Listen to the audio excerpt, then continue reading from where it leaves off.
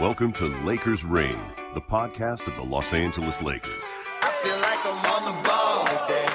I even felt exempted from the law today. It's like this revelation dawned on me. It's so amazing, help support the cause. I get everyone involved.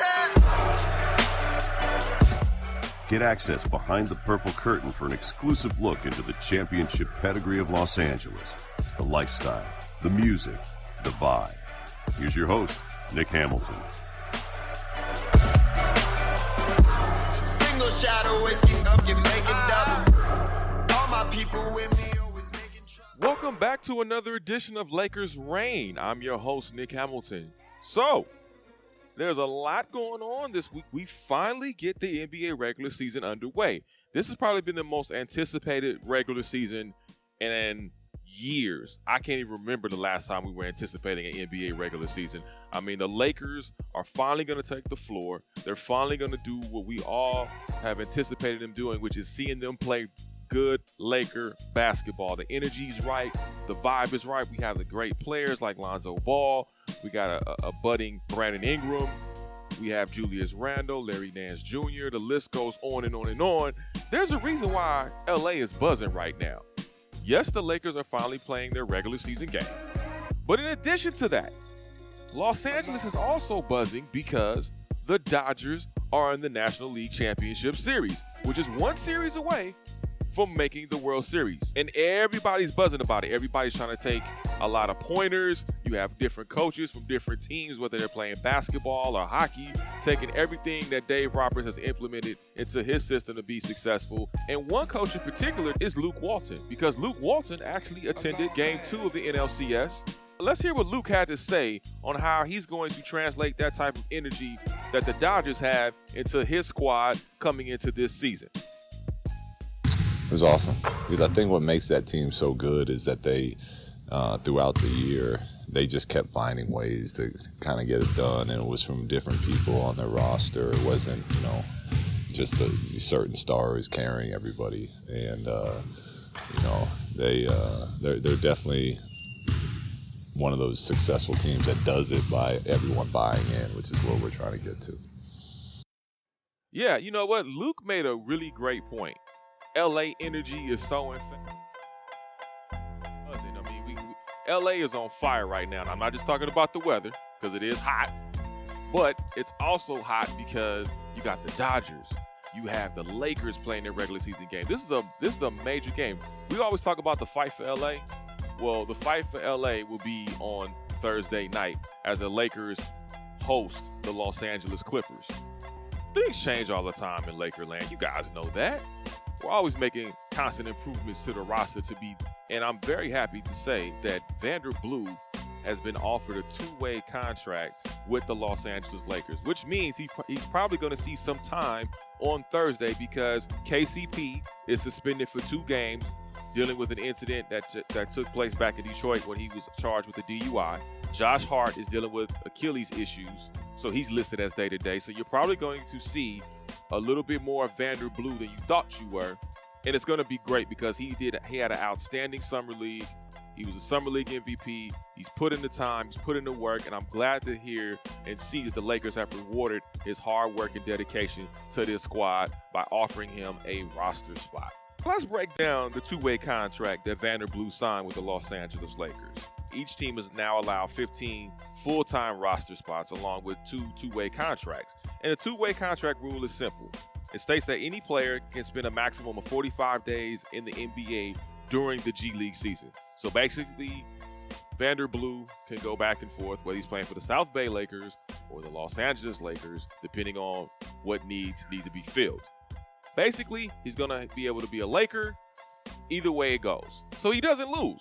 The great thing about Vander Blue signing this deal is that the Lakers, it's a win-win for everyone, for Vander Blue, for the Lakers, because you have a guy who's not only skilled at his position, but is an extremely hard worker, a blue-collar, nose-to-the-grindstone type of guy, and that's what you're going to need when it comes to this grueling 82-game NBA schedule. He's young, he's athletic, but he has something that cannot be taught, which is a whole lot of heart and a whole lot of determination and focus. And that's what they're going to need in this offense. And I had a chance to talk to Vander Blue even during media day, and the way he just lit up at the fact of him making a roster spot that always had been his dream, and how he can insert himself better into Luke Walton's offense and be a better and more productive member of this team, especially dealing with guys like Lonzo Ball, Brandon Ingram, Larry Nance Jr., Josh Hart, who's also a rookie. A lot of these guys could be able to gel together. I mean, he played phenomenally in the Summer League. Let's not forget that.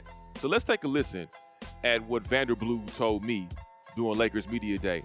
You're going to love it. At the same time, I'm a worker, man, so there's just more work to be done, and, you don't get too excited when it's something you expect. Like, I put in all the work, man, and, what you put in the universe is what you get out. So, man, I'm just trying not, all that's over now. We all here together taking pictures and all this, but comes tomorrow, it's a real grind, and I gotta prove myself now. It's a lot to do.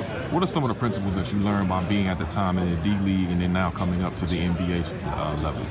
Just really starting to realize nothing's going to be given to me, and I'm not owed anything by anybody. I've been top 20 recruit, USA basketball, everything my whole life, and I really have to work for so much. But being in the D League just humbled me, made me really come to work every day. Like, the D League's a tough place to be, especially for how long I was there. So just showing that everybody's path is a little different, and you got to embrace your grind. And what's meant for you is what's meant for you. How much fun is it, though, for you to be on this level? I mean, you worked hard, extremely hard. You continue to work extremely hard, but do you have a chance to really soak in the moment and really enjoy that moment? The thing is, man, to be honest with you, like, I still haven't, enjoyed the moment yet, man. I'm still just trying to get better, trying to make an impact now.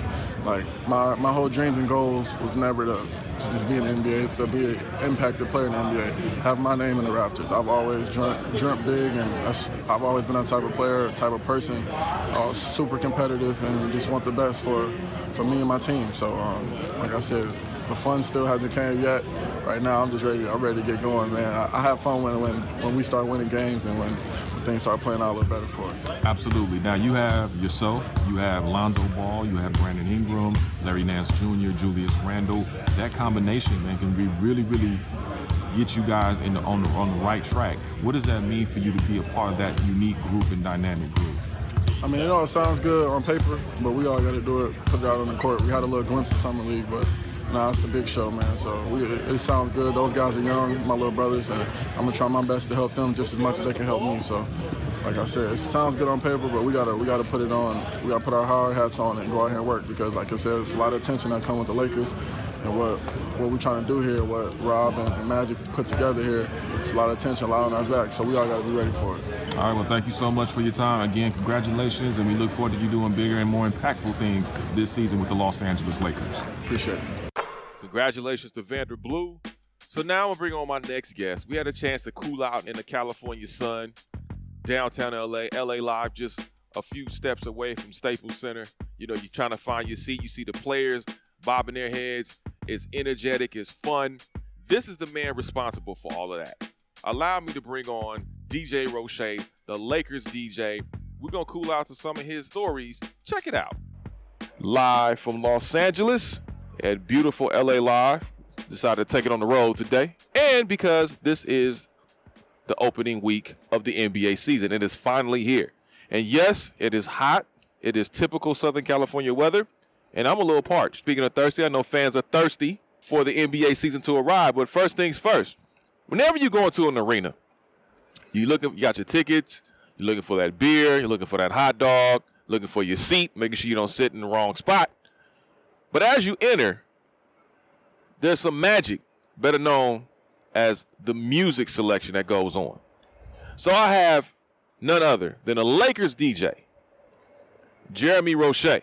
He also DJs for UCLA men's and women's basketball team at world famous Poly Pavilion.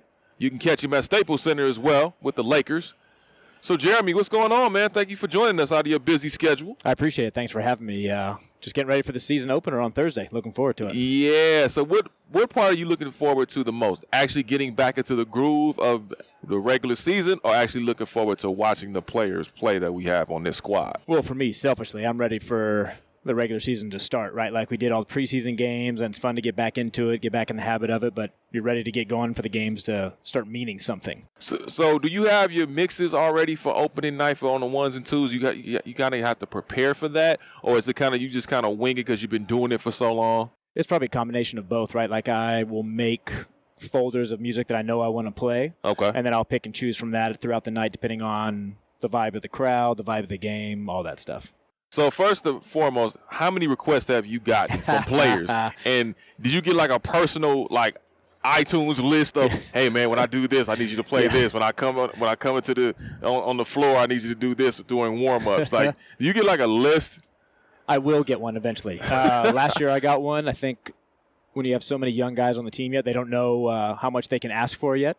So I think as soon as they get a little bit more comfortable as the season goes on, I'll start getting some more of those requests. Probably right after the opening night, I'll get a list of stuff that the players like to hear while they warm up and things like that. But I would venture to say they're more concerned about opening night than they are about the music. Okay, so who has been the most demanding? What player has been the most demanding and said, look, man, I need you to play this Future joint, or I need you to play this Kendrick Lamar? Like, what? Who's been the most demanding? Nobody's been demanding as far as like, hey, you have to play this, you have to play that. But some of them, I think Ingram last year had some song requests. Okay. But they were all off of like mixtapes. Oh, so you had to go really dig in the crates. You had to go dig, but also like there's no clean version of some of that stuff on mixtapes. Right. So some of it was a little difficult for me to make happen. Yeah, it kind of doesn't go over well with the bosses when you don't have the clean version. Yeah, as far as demanding though, no one was really demanding about it, so it was all good. No, that's cool, man. I think the era of sports and entertainment, basically pop culture that goes on, I would say the last 5 or 6 years has really, really merged together well and really blended well. I mean, you go to a lot of stadiums now, whether it's the Coliseum or whether it's StubHub or with hockey, with basketball, even with baseball, Dodger Stadium or Angel Stadium. I mean, there's always a DJ, there's always music, there's always a theme or a vibe. How did you get involved with being the Lakers DJ? Because this is a premier franchise, one of the premier franchises in all of sports. How did you land this gig? Well, don't get upset. I was with the Clippers for 12 years. Hey, it's all good, man. You got to get in where you fit in, right? That's true. Yeah, free before 11 at the club. That's I get right. it. Yeah, exactly. So I started DJing sports in 2003. I DJ for the Pro Beach Volleyball Tour. Traveled with them throughout the summer all over the United States. And what I learned was that the sports entertainment world is pretty small. Yeah. As many teams there are around the country, like I could probably have 1 degree of separation from every DJ that DJs an arena across the country. I've known the Lakers organization for years, just we're all in the same building and things like that. Of course. And then last year, I heard that they were possibly looking to make a change, and I heard that my name came up during discussions. And they reached out, and I was like, yeah, Lakers, I'm in. That's all you had to say. Did you always grow up a Laker fan? Is this like kind of a dream for yours? I wish I could say that. I grew up actually on the East Coast. Okay. I grew up in Virginia, right outside Washington, D.C. But So Bullets fan or? At that time it was, right? Okay. I was at their last game as the Bullets when Michael Jordan beat them in the playoffs. Ooh. And by beat them, I mean swept them 4-0. Yeah. So it was hard being a East Coast D.C. fan growing up a little bit. Yeah, back in the day. Yeah, Now, not so much with the Wizards doing pretty well with John Wall. That's actually very true. Now I've lived in California longer than I lived in Virginia growing up, so I feel I can't call myself a native, but now that I've been here longer, I feel pretty California. Trust me. Yeah. You got purple and gold dripping off of you. When I travel around and my friends see me, they're like, "Yeah, you're totally Californian." I was like, "I've been that way." That's right, exactly. I don't own winter clothing. I don't have a winter jacket. It's 90 some odd degrees today. Why would I need one? It's October. Exactly. Yeah. Actually, I didn't know when I first got into DJing. I didn't even realize that being a sports DJ was a thing. Yeah. Right? Like you're not getting on Craigslist or going, "Hey, we need a DJ for the Lakers gig." Like I just kind of lucked into the sports world of it, and then because once you're in it, then you start meeting people that bounce around to other teams and things like that, and I've kind of been fortunate and been in the right place at the right time throughout my career. Who was the player that you finally got a chance to meet that you were kind of like, wow, I actually met this dude finally? Who was it? Well, back in the day, the Clippers didn't have their own training facility. Right. So they worked out at like Spectrum or whatever it was in the day, and but working out next to random Joe Schmoes that were at that gym, and I happened to be one of those random Joe Schmoes. it was Corey Maggette. I was actually a pretty big fan of his, like just the way that he played and how he came into the league. And I just walked up to him and was like, hey, I'm your DJ. Because you're sitting here working out next to me. Yeah, might as well let you know. Guy's like, why is that guy staring at me? I was like, well, I know you because I see you, multiple times a year. Any Lakers? Brandon Ingram. Okay. I did an event just recently at the new training facility, which is amazing. Okay. Saw him there, and then we both just happened to walk into the arena the other day at the same time. Whether he remembered me or not is irrelevant, but I was like, what's up, Brandon? He's a very nice guy. Like, yeah. I just like the way he carries himself. Very approachable. Mm-hmm. Yeah.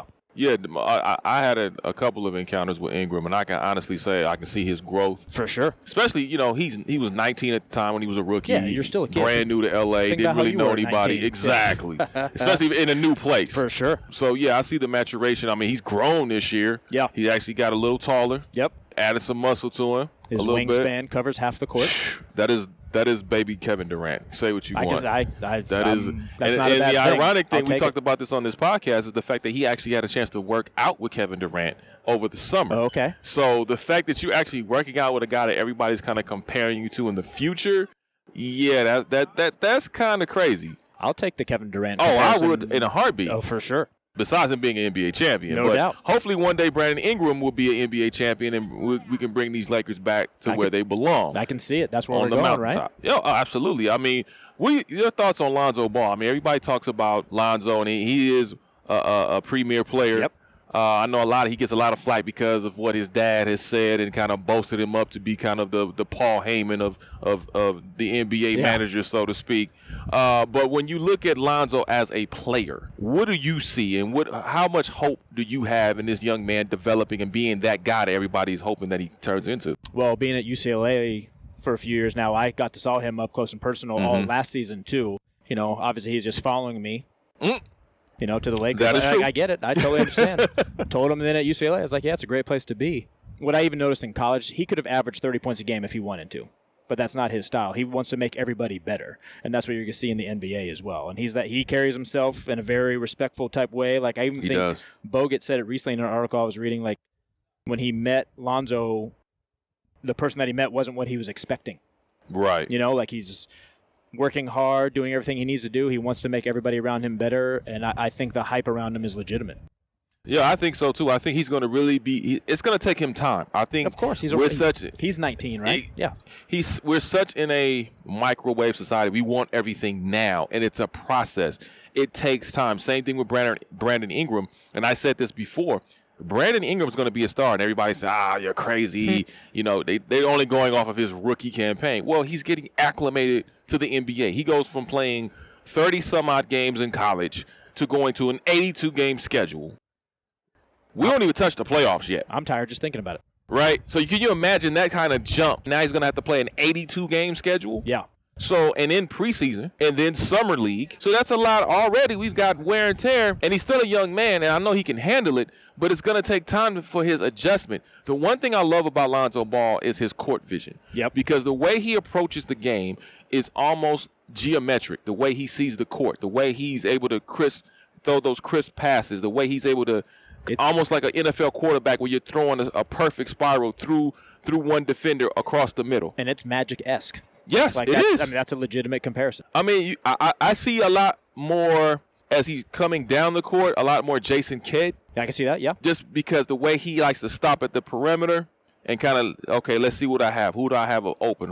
It's like I said, it's like watching an NFL quarterback. It's like watching a Deshaun Watson, or it's like watching an early Tom Brady. Yeah. Pick apart a defense. Yeah. And that's what I see in Lonzo Ball, and I think he's going to be fantastic. And then, hey man, we may be able to add a few veteran pieces. There's a king floating around somewhere. That's the rumor, right? Yeah, and there's a young man who grew up in the 661. Maybe migrating westward next season. We'll find that out later on. But the team is currently constructed, what do you find exciting about this team? I know we talked about Lonzo, we talked about Brandon Ingram, but what do you find what is so different about this team? I know what I feel, but what do you feel as a DJ what's so different about this organization, this team this year? The energy coming from the players and from the front office, everybody's excited, right? Like, and some people, you'll hear people make comments like, "Oh, it's just hype." Okay, we're excited about it. Yeah, we're going to hype it up for sure. What the hell else are you supposed to do? Exactly. Be somber? I think you have a great coaching staff that's now in their second year,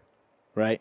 You have players that you see buying into the system. Brandon Ingram working as hard as he can to get better every game and do what the coaches want him to do. Like, it's just the excitement of it, right? Like, it's going to be tough to make the playoffs in the West, but that's fine. Everybody's really good. This team's talented enough to make the playoffs. Will they is a whole other story. They have the talent. Yes. The talent. Yes. Right yes. now, getting that talent to all work together, and these guys who are so young that haven't played as many games, ever in their lives this much, like, it's tough, right? But if they make it, would you be like, oh, I'm super shocked that they made the playoffs? Yes. You would be super shocked? I would be shocked. Okay. That's because fine. The reason why I say that is this. Because the rest of the league is that good, or because you don't think this team... The Western Conference is loaded. 100%. Agreed. I mean, they're stacked like a Beyonce dancer, okay? They are complete. I think it's going to take 50 to get in like it was several years ago. Without a doubt. And I don't think the Lakers, with this current roster that is constructed, is going to be enough to get to 50 wins.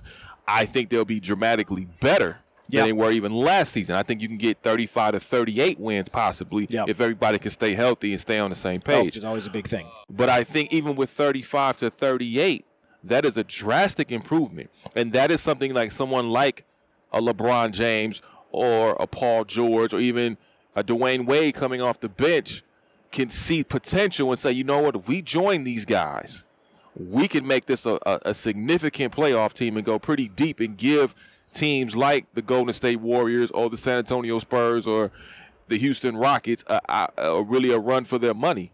But I think right now in this vortex that we're in of this season, I think we're going to see a lot of promise. There's going to be a lot of ups and downs, peaks and valleys, smiles and frowns.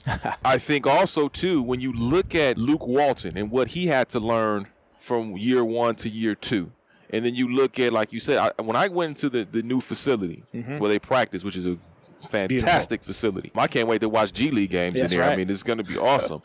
Shout out to the South Bay Lakers. The vibe, the energy, I hadn't really seen this type of energy in a long time, and I'm glad to see it's back. And it's a feeling, right? Like, you can't put a word on it, like, man. Yeah, it's an absolute feeling. Like, it's like being around Sean McVay and the Rams. That type of magnetic energy that comes in that place, in that arena, that illuminates from Magic Johnson and Rob Pelinka and owner Jeannie Buss, and just everybody just pretty much getting on that one page saying, okay, it's either championship or bust, but that's where we're going, that's where we're headed. Yeah, it's the expectations. Like, this is how we expect to be, and we expect to be on the mountaintop, and everybody are along for the ride, and let's have a good time as we get there. So musically, what do you expect? What do you see? What do you feel like your top requests are going to be from players? We talked about Brandon Ingram's request. Yeah. Hopefully he'll have them clean this time. Yeah. But what do you feel from the other guys? What do you think the top requests are going to be musically? There's going to be a lot of 21 Savage, Little Yachty. Okay. Whether there's Kendrick Lamar or not, I'm going to play some Kendrick Lamar. As you should, being on the West Coast. West Coast, that's right. So I see a lot of that stuff for sure. Any Cardi B? That song's kind of hot right now. That song is, I think it's the law. You have to play that song. Yeah, it's a hit. Every gig, regardless if it's a wedding, it's a school dance, whatever it is, like you have to play that song, right? Right, and there is a clean version to that too. Of course, I got it, without a doubt, without a doubt. So when you look at the landscape of music, obviously you grew up in the heyday of what we call hip hop. Yep. And rap, and then looking at how it's transformed into where it is now. Are you one of the people that says, you know what, most of this music is terrible, I don't want to hear it, or do you actually give it a chance and try to, with your DJ, when you do DJ games, you try to expose the audience to different varieties of music as well? There's always going to be bad music. Always. Of course. There was bad music when I was growing up. There's bad music now. Sometimes a bad song is terrible, but it's catchy and you have to play it all the time. That's just how it is. I like to give everything a chance. For me, it's the beat. If it's got a good beat, I don't care if it's a country song, an EDM song, a super pop song. If it's got a good beat, I'm going to play it. Being a hip-hop fan myself, yes, there are times where I'm disappointed in some of the music that comes out right now, but that's fine, too. Like, I'm older. They're not talking to me. My only issue is that if I don't understand a slang term, that's fine. But if I don't understand the words coming out of your mouth, that's what bothers me. Yeah. You know, like, I just want to understand the word coming out of your mouth. If I can't understand it, then I'm a little confused by that. So you just play the instrumental. Yeah. Yeah. But yeah, I give it all a chance. I think if you looked at my music collection, you wouldn't know what kind of music I like the most. I've just always been a fan, so I just want good music. That's all I want. How responsible do you feel that you are when it comes to the vibe? Like especially when you're playing certain records, maybe the team may be down by a stretch or even up by a stretch. How responsible do you feel like to control the crowd vibe and kind of even, do you even see some of the players kind of tuning in a little bit, maybe on the bench or something like that? Do you feel like there's some added pressure that, okay, I have to come with this hard set, during this moment of the game? Yeah, like opening night, I'm going to bring a lot of energy just because I know what that opening night's going to be. Now, if you're in the middle of January during like a 4-game stretch at home on a, Tuesday night, what's that energy going to be like? So my job is to make sure I still give it energy but not fake it, right? Like I can't be in there like all up in the club and just raging when the crowd's like, hey man, it's a Tuesday, like let's just ease into this. Like I tell everybody, you can't be at 100 all the time. No, yeah. So for me, when I'm at Staples Center games or doing Lakers games, like my job is to complement what's going on. They're not there for me. They're there for the game. So my job is to complement what's happening in the situation. If we're down, everybody's like, their body language is bad. Like, oh, what can I do to kind of pick it up a little bit to see if that helps? And the biggest compliment I can get is when I look into the crowd and I know somebody, they're not paying attention to the music, but all of a sudden like their head starts bobbing and I'm like, got them. Yep. They don't even realize that I have them, but I'm like, oh, I got you. You're watching the game, but all of a sudden you're bobbing your head to them like, yeah, I won. I just won. Whatever just happened, I won right now because you're listening to me and I got you, and you're now involved in everything that's going on. How fun is this experience for you? I mean, this is a dream. You go from UCLA basketball, which has done very, very well the last few years, yep, and then you go to a prestigious franchise like the Lakers, who are actually, you're pretty much getting them as they ascend higher and higher every year. For sure. How much of a dream is this for you? Have you waken up from this dream yet? The two sports I loved growing up were basketball and volleyball, and somehow I lucked into DJing for both of those sports. Fortunate and lucky and all the above, and right, like you can luck into something, but you still have to know what you're doing to keep it. Of course. Every once in a while, somebody will be like, that I'll meet on the road somewhere in a whole other state, that's, they'll be like, oh, you're the Lakers DJ? And you can just see the look on their body, and I'm like, then all of a sudden I get all like, my chest puffs up, I'm like, yeah, I am the Lakers DJ, so yeah, there's always that sense of pride, and it is, I realize that a lot of people would love to have my job. And there are people that are trying to get my job right now, which is fine. Somebody had it before me, somebody will have it after me, and that's fine. But while I have it, I'm going to enjoy every minute of it. As you should. That's right. Give me your top 5 Lakers. Oh, man. Got to go Magic. Okay. Both Kobe's, 24 and 8. Oh, okay. So does 2A, does that count as 2? 2B. Yeah, does that count as 2? And this isn't in any particular order. Right. You got to throw Kareem in there. Man, it's so tough. Got 2 more. Because Worthy was a beast. Yes, he was. Man. I'm going to see who's going to be your last pick. I'm going to see. Because you have Shaq in there, too. How long was Shaq a Laker for? How many years? 96 to 03, 04. Shaq, I think people forget how athletic Shaq really was. The most dominant ever. For a guy his size. Yes. You watch footage of him and how quick his feet were and his moves. It is unbelievable. You can't guard him. They had to change rules in the NBA to guard him. They had to change the backboards in the rims because he was breaking them constantly. Yeah. I actually started paying attention to more Orlando Magic games, even though I was a Laker fan. Just to go back and look? The best. Shaq. So how many is that? That's 5. That's 5? Okay. I'm sure tomorrow I could think of... Oh, it's going to change. It's like saying, so give me your top 5 MCs. Jay-Z. Okay. Talib Kweli. Ooh, okay. And could I say all of A Tribe Called Quest? Because that would be my favorite group of all time. You got to pick one. Okay. I'm going to go Jay-Z. I'm a big fan of Talib. I would throw Eminem in there.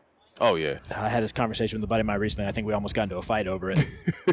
I know everybody says Rakim too, and I like Rakim's music. That's so tough. It's like, if you had kids, who's your favorite kid? Where did I say? Because this top 5 could change also. Yeah, Jay-Z, I swear it changes. Eminem. It depends on who I'm listening to at the time. Like Kendrick, I think I have to put Kendrick in there now too, just because he's the next. Okay. He's the next. He's the next Biggie. Right. He's the next Tupac. He's the next one in my eyes. 5th. Man. Notice a lot of mine's East Coast stuff. I noticed that. That's where I grew up. Now, here's my question I have with people like, I love Pac. I will love him forever. Is he a better MC than like Raekwon?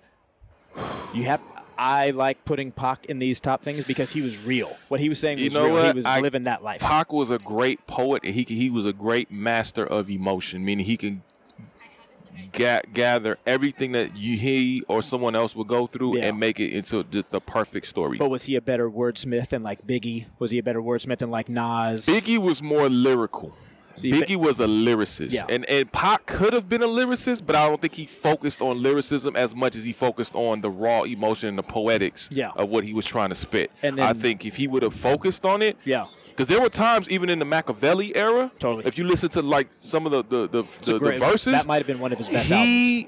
He was actually like he was sitting there trying to spit. Totally.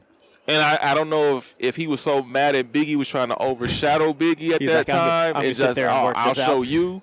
Whatever it was, it worked. Yeah. Because he had verses here and there that made you say, okay, if Pac wanted to be lyrical, he could. Yeah.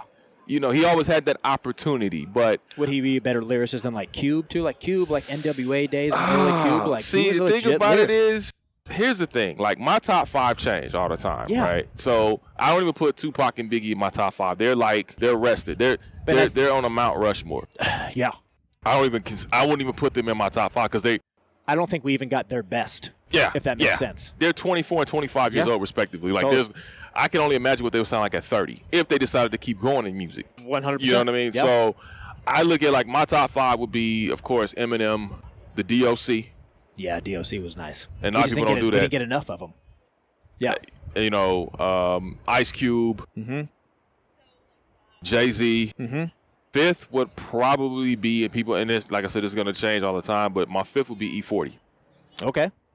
Because the slang that he kicks. Not mad at that list at all whatsoever. The slang that he kicks, it's like, and it's cool because he's a basketball fan. A lot of these guys are basketball fans.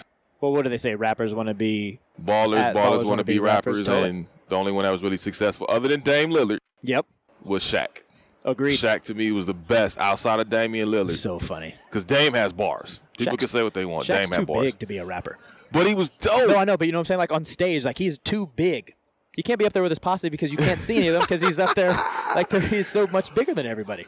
Do you run into any artists and do you guys kind of, you know, do you ever any artists maybe like along the baseline or front row that you say, wow, like I never knew that they were like actual like basketball fans that you may see?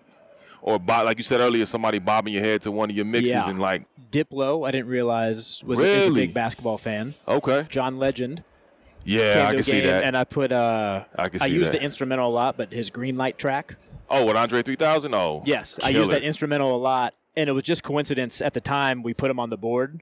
Like I had another John Legend song for if we put him on the board later. Right. I just happened to be playing it, and you saw him like, oh, that's my jam. I was like, yes, got him. Yeah, I'm trying to think who else I'll run into down there. Like that just surprised. I mean, it's in Los Angeles, right? Everybody's going to show up. Like, do I know that you're a basketball fan? Like, some people you can tell because you'll see them during the game. You're like, yeah, they're paying attention as opposed to on their phone or chatting with somebody else the whole time. I mean, we see Jay. Of course. We'll see E40 when the Warriors come to town. That's right. Yep. We'll see Common even. Yep. You know, it's amazing when you see these guys really come out and support the NBA and support various teams. And they're like regulars. It's a little respect thing, too, right? You know, and they're regulars. Like, I've seen E40, I've seen Too Short, I've seen Hammer sit there literally and be watching, like, they'll pan them and they'll watch the game. Yeah, like, they're not coming just to be seen. Yeah, I don't want to I'm not trying to get on TMZ today. Like, I actually came here because I'm a fan of the game. They got the gear on. I mean, they're going full-fledged. Yeah. I mean, I've seen DJ Quick, like, watching the game. You know, him and Problem. Well, because they all grew up out here too, right? So they're fans first. They were fans before they were rappers. So yeah, of course they're gonna like it. I see Nipsey Hussle. I mean, I think last year Nipsey Hussle was like shooting around with Julius Randle before the game. I could see that for sure. He's in the like, who's that guy in the layup line? But like, that's Nipsey. That's neighborhood Nip Hussle. Yeah, don't worry about it. He's just about to own LA in a minute. That's right. When you look at your job. And everybody, you know, some people could say, "Oh man, he just DJs, he just spins records. All you do is spin records. You're just pressing buttons." What is the routine like? How do you prepare for a game? Especially opening night? How do you prepare for a game of that magnitude? What is your routine? Are you kind of superstitious where you kind of have to walk a certain way or wear a particular shoe or? Not superstitious. I don't have any I don't have to like touch my left shoulder 4 times, tie my left shoe in a certain knot. I don't have any of that stuff. Opening night's a little bit different, right? Because there's a little bit more of a spectacle, so there's a little bit more audio prompts and things that happen during the game. But I'm pretty prepared. Like if we had to do opening night tonight, I'd be good to go. Okay. Right. Like I already have all my edits that I need done, all that stuff. I'll go through it at home before I get to the game a little bit, just to make sure.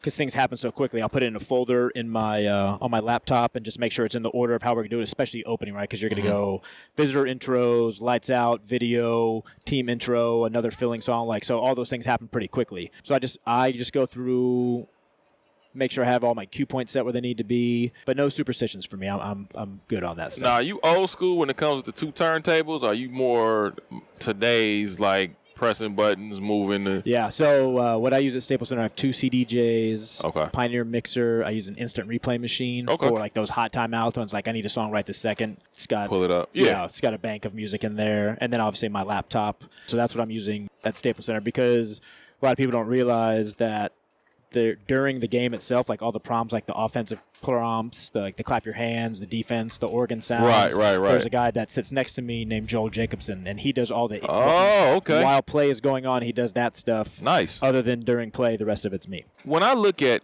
NBA and how much it's emerged, like there's a gentleman in Atlanta that plays the organ, but he plays like all the music, like with Ludacris, he'll play like by the organ. Dope. Yeah, it's dope, right? Yeah. It's like one of the most amazing concepts. Yeah. Do you have the freedom to kind of like switch up the style as far as how you want to present something, or as far as musically? Yeah, so Joel and I have talked about that stuff. Joel will drop next episode by Dr. Dre on the organ every once in a while. Like he'll drop in an Ice Cube beat, and I'll just like he'll look over at me. I'm just bobbing my head because I'm like, yeah, just at that point I don't care about basketball anymore. I just want Joel to keep playing the song. Exactly. Yeah, I think when I came into the Lakers, my goal was to, bring my flavor, right? Like I wanted to make it a little bit more, especially while the players were warming up, a little bit more West Coast stuff. I'm going to drop more West Coast artists during their warm-ups, just let everybody know where we are. And I can only do my style, right? Like if people don't like it, that's fine. Not everybody's going to like every single song I play. You can't do that. But so far, people seem to be enjoying it, so I can't complain. Well, you keep the heads ringing. I've listened to some of your mixes as I've gone to games myself. Nice. 2 Lakers that I'm looking at this season. Yeah. Bet one of the best pickups the Lakers did, besides getting Lonzo Ball, besides getting Brandon Ingram and other guys, Josh Hart and a lot of the other guys, Kyle Kuzma. I knew that's what you were going to say. Yeah, Kyle Kuzma is the X factor. This is a kid that has a lot of energy. He brings it every night. He's almost like a Yasiel Puig of the team. I can see that. Maybe with not as more level-headed than Puig. Well, I would love to see him leave his arm in the air. I would let instead of the bat flip. His version of the bat flip. Yeah, Kuzma was the 27th pick in the draft, and he almost got snatched up by the Spurs. And he's playing like he was a lottery pick. Yeah. Right now we're early. He balled in the summer league. Preseason, teams will start to get a scouting report on him. Like, of course, you'll see my judges. Are players really good because people will adjust to you? Then can you adjust to that? Right? Like you can come out and be like you see it in NFL quarterbacks. They come out and they sling it for 2 games in a row. They have like 10 touchdowns, and then they have one for the next 3 games because people figure it out. But Kuzma he passed the eye test, right? He has it. Whatever that it factor is. Oh, it's developing. He has it for sure. And he played, was it all 4 years in college or just 3? Because he's older. He's 20. Yeah, because I know he went to Utah. He's a 22-year-old rookie. So he obviously stayed in college a little bit longer, but played a different game in college than how he's playing now. People didn't see what he's doing now in college, really. I mean, he's amazing. I mean, the other guy I'm looking at, too, is Larry Nance Jr. Yeah. I love, even though it's amazing to say this guy is 24 years old. He's a quote veteran of the team. So funny. But he's still young. He still has a youthful presence, and his defense is amazing. And I told a lot of people, I said, you know what? I can see this kid in about maybe 2, 3 years. He could be a defensive player of the year. I can see that. He's so athletic too, right? Like as long as he stays healthy, his athleticism is ridiculous. The most disappointing thing out of all of this is that when I looked at the roster cuts. And obviously you're going to get those because it's about that time to start making roster cuts and trimming it down. The one player that gave his heart, his soul, was Vander Blue. Okay. And I really wished he would have been able to keep himself on the Laker roster because I think they would have it would have been a win-win situation. Coming off the bench, giving them that energy. I mean, he did very well in Summer League. He was the MVP. He's played at that point the D League. Now it's the G League. Yeah. I mean, he this is a kid that has really, really solid between the ears. Mm-hmm. Very high basketball IQ. This is a young man who is determined never to allow himself to be content with anything. He's always going to want more. He's always going to grind for more. Always eager for the opportunity. And I really hope at some point that the Lakers will be able to either bring him back before someone else snatches him up. Because I'm telling you, if he gets on a roster, he's going to be big time. He's a guy that will always be in the league because of everything you just said, right? Like, he's always going to hustle. He has smart basketball IQ, and he'll do whatever it is you need him to do on the court. Yeah, like, who knows, like, the behind-the-scenes decisions, what goes in that. Like, there's money involved. Hey, we have more money invested in this person. We need to see more of them. You know, it has nothing to do with whether there are lots of guys who are better basketball players that are riding the bench than somebody else, so there's other decisions that go into it. But you're right. He's that guy that he will be around. He'll be in the NBA for a while just because of everything you just said. Man, he's going to be somebody's sixth man of the year at some point. I mean, I can see. I was hoping it was going to be for the purple and gold, but hey, you know, I just maybe that's a good problem to have. Speak on the podcast. Too many people that are. I'm not upper management. Too many good players. Maybe that's an issue. Yeah, but you know, sometimes you can keep him on and get rid of some other players that you probably really don't need. But we won't go into that. We hear about around LA about there's a fight for LA, and that has something to do with a completely other sport. Correct. But the real fight for LA will be on Thursday night. That's right. Clippers, Lakers. Give me your prediction. What do you see coming out of this? Man, both teams are going to be fired up. Neither team wants to lose because it's Los Angeles. It's their home. Both of them think it's their home. This is where we play. We don't want to lose. I think it's going to come down to the last couple minutes of the game, to be honest with you. I really do. Both teams are relatively new, right? Like, there's a lot of new pieces on both teams.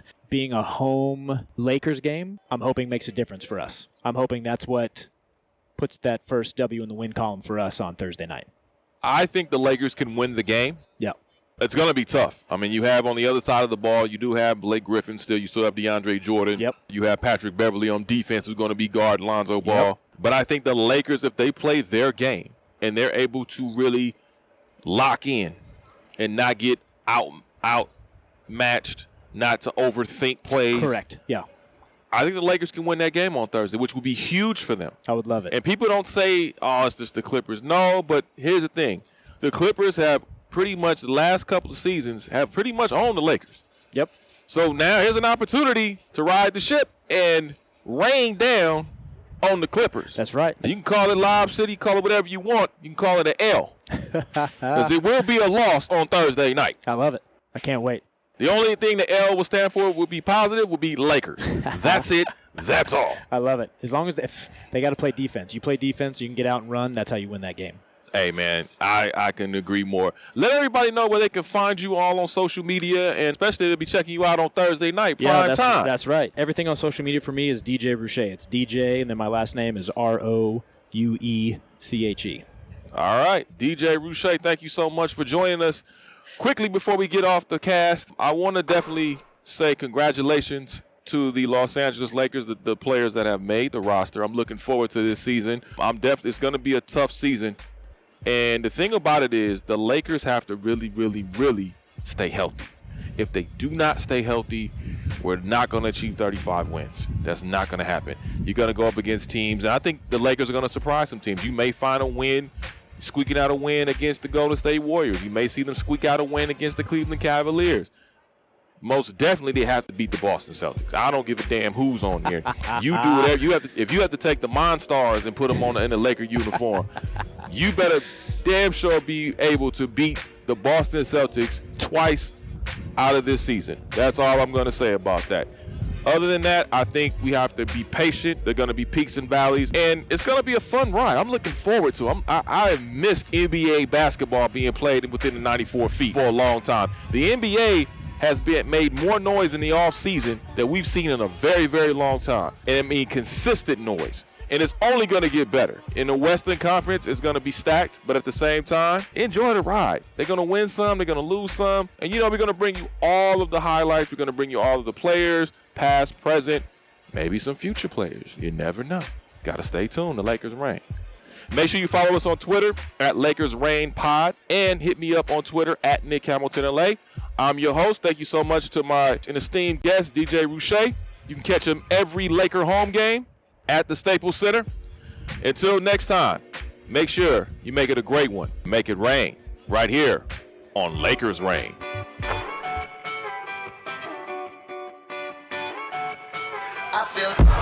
You've been listening to Lakers Rain.